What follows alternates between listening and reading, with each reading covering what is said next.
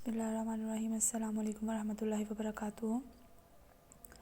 Today 29 मार्च 2021 और दिन है पीर। हमारा पहला लेसन है हम्द। पहले हम हम्द की रीडिंग करेंगे।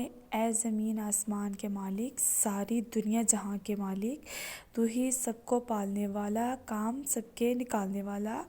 भूख में तू हमें खिलाता है, प्यास में तू हमें पिलाता है। आँख दी तूने देखने के लिए, काम करने को हाथ पाँव दिए, बात को सुनने को दिए दो कान, बात कहने को तूने बख्शी ज़बान। दिन बनाया कमाई करने को, रात दी तूने नींद भरने को। तेरे कब्ज़े में सब खुदाई है, तेरे ही वास्ते बढ़ाई है। ये थी हमारी रीडिंग। अब हम लोग नेक्स्ट पेज पे आएंगे, पेज नंबर 2 पे। पेज नंबर 2 पे हम लोग पहले करेंगे सवाल नंबर 2। हम के मुताबिक दुरुस्त जवाब पर टिक का निशान लगाएं। काम करने वाले को दिए हाथ पाँव, भूख में तू हमें खिलाता है। दिन बनाया कमाई करने को, रात दी तूने आराम करने को।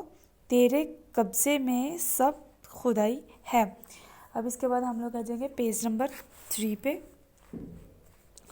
तो इससे पहले हम लोग करेंगे सवाल नंबर 4।